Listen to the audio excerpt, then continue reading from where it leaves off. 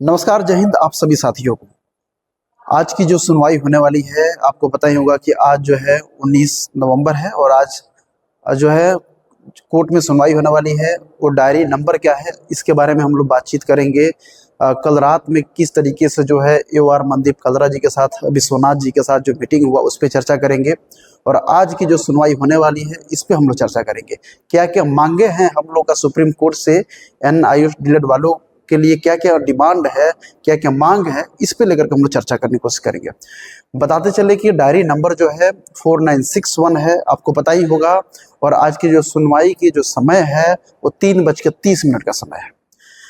आगे बातचीत करें, कल रात में जो है मीटिंग हुआ, सबसे बड़ा मीटिंग हुआ। और आपको पता ही होगा कि सुप्रीम कोर्ट में जाने से पहले मतलब AOR और जितने भी लोग हैं मिल करके मीटिंग करते हैं, जो बड़े बड़े लोग हैं बातचीत करते हैं, उसमें समय देते हैं। ये ऐसा ही सुनवाई नहीं हो जाती है, उस पर काम करना पड़ता है, उस पर समय देना पड़ता है, उसमें जितने भी एविडेंस है उसको सम्मिलित करना पड़ता है, क्योंकि उसके बारे में जाकर के जज साहब को अच्छे तरीके से दिखाया जा सके। बात करेंगे कि कल रात में जिस तरीके से मीटिंग चलती है, AOR के साथ मीटिंग चलती है, यानी ब्रीफिंग होती है। मनदीप कलरा जी हैं, राधिका मैम है, आदर्श जी, विश्वनाथ जी और कई अन्य लोग भी उसमें शामिल थे, जिनका नाम मैं नहीं ले पा रहा हूँ। वो कल शाम से ही ये लोग जो है लगे हुए थे। और लगने के बाद जो है वो जो मीटिंग हुआ ऑनलाइन ही एप्लीकेशन के थ्रू वो बातचीत हुआ, जूम मीटिंग पे हो, जैसे भी हो, एक दूसरे के मीटिंग में आए, बातचीत किए कि कल का जो किस तरीके का मामला होगा, किस तरीके से हम लोग काम करेंगे कि सुप्रीम कोर्ट ऑफ इंडिया जो है, जिस तरीके से सुप्रीम कोर्ट का फिगर देख ही रहे होंगे, इस पे किस तरीके का मामला चल सकता है।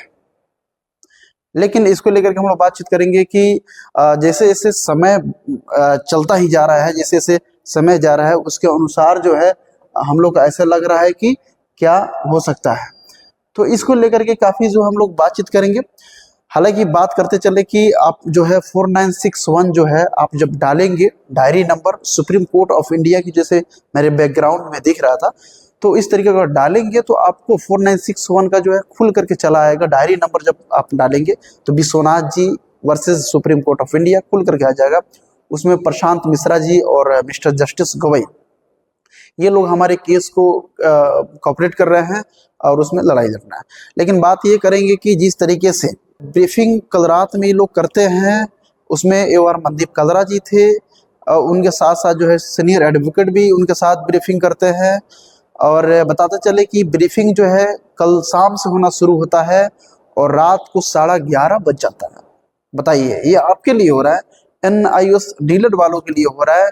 कल रात से ही ब्रीफिंग चलती है और उस पर बातचीत करते करते देर रात हो जाती है। लेकिन ये सब चीज़ पे चर्चा करना अति आवश्यक है। क्यों आवश्यक है? क्योंकि आपकी सुनवाई में कोई भी किसी तरह की दिक्कत ना हो। और इसी दिक्कत ना होने की वजह से जो है सुनवाई होती है, जिसमें कि कल रात 11:30 बज जाता है मीटिंग, तब जाके ख़त्म होती है। शाम से लेकर के 11:30 बजे तक मीटिंग चलती है, क्योंकि कोर्ट रूम में साफ साफ जो है सही बात बताना पड़ता है, तब जा कर के जज साहब जो है सुनते हैं। इसको लेकर के जो है कई सारे मुद्दा है जिसमें हम लोग बातचीत करेंगे कि आखिर NIOS डीलेड वालों की डिमांड क्या है, मांगे क्या है, जिसको लेकर के NIOS डीलेड छात्र जो है 2017 से 19 सेशन में जो लोगों ने DLED की कोर्स किया उनके साथ जो है काफ़ी अन्याय हो गया। क्योंकि 24 महीने की डिग्री, 24 महीने की जो डिप्लोमा कोर्स है उसको 18 महीने की बता करके इनवैलिड कर दिया गया, अमान्य कर दिया गया। इसको लेकर के जो सुनवाई होने वाली है आज, यानी 19 नवंबर 3:30 पे ये सुनवाई होने वाली है।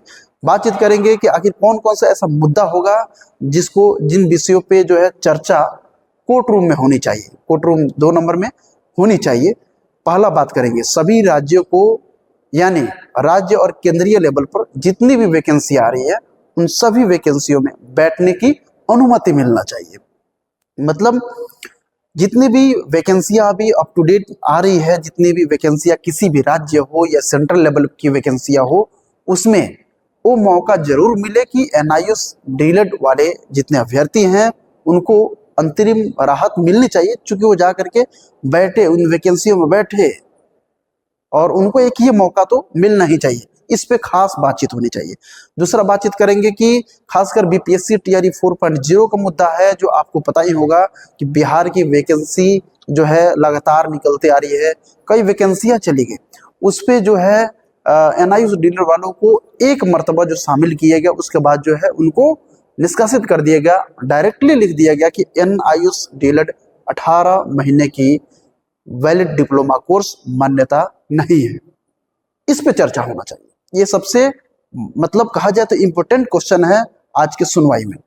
बात करेंगे अंतरिम राहत तो मिलनी ही चाहिए। अंतरिम राहत को लेकर के काफी सारा समस्याएं हैं, तो इसमें कम से कम अंतरिम राहत सभी एनआईयूज डीलर अभ्यर्थियों को मिलना ही चाहिए। खास करके जो राज्य एमओ को लेकर के गए हुए हैं, उनको कम से कम बैठने का मौका मिलना ही चाहिए। मेरा तो आशा है और मेरा कहना है कि जितने भी राज्य है वो 28 राज्य और केंद्र शासित प्रदेशों को मिला करके सबको जो है अनुमति मिलना चाहिए, क्योंकि उनकी डिग्री सभी राज्य में सभी वैकेंसियों के लिए, सभी पात्रता परीक्षा के लिए वैलिड हो जाए। और पांचवी मांग मेरा होगा कि इस विषय पर चर्चा होनी चाहिए कि आखिर एनआईयूज डीलर 2017 से 19 वालों को इतना परेशान क्यों किया गया।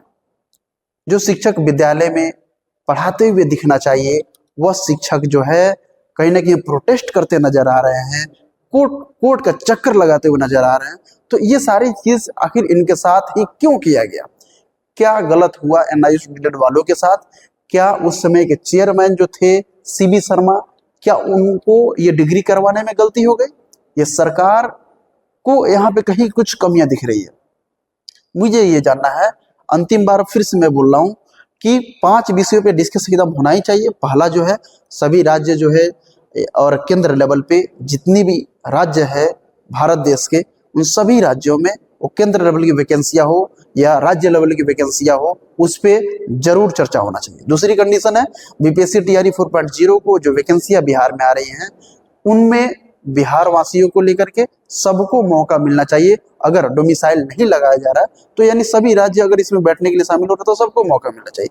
तीसरी जो है, अंतरिम राहत मिलनी चाहिए। चौथी जो है, जो एमए लेकर के जो राज्य जो गए हुए हैं उनको ये मौका मिलना चाहिए, यानी सभी राज्यों को मौका मिलना चाहिए, लेकिन जो एमए लेकर गए हैं उनको खास करके मौका मिलना ही चाहिए। अगर इसमें कुछ उलटफेर नहीं होता है तो उनको अंतरिम राहत में जितने भी एमए लेकर गए हुए हैं, जितने राज्य एमए लेकर गए हुए हैं, उनको मौका मिलना चाहिए।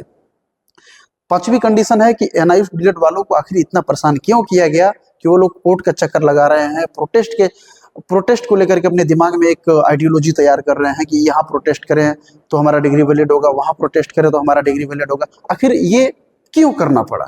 इस विषयों की जानकारी अगर ये वीडियो को ज्यादा से ज्यादा शेयर करते हैं, जितने भी आला अधिकारी बैठे हुए हैं सुप्रीम कोर्ट को लेकर के, सुप्रीम कोर्ट में बैठे हुए हैं, भारत सरकार में बैठे हुए हैं, उनको अगर ये जवाब पता होगा तो मुझे आशा है कि आप ये सारे क्वेश्चन का जवाब नहीं दे पाएंगे।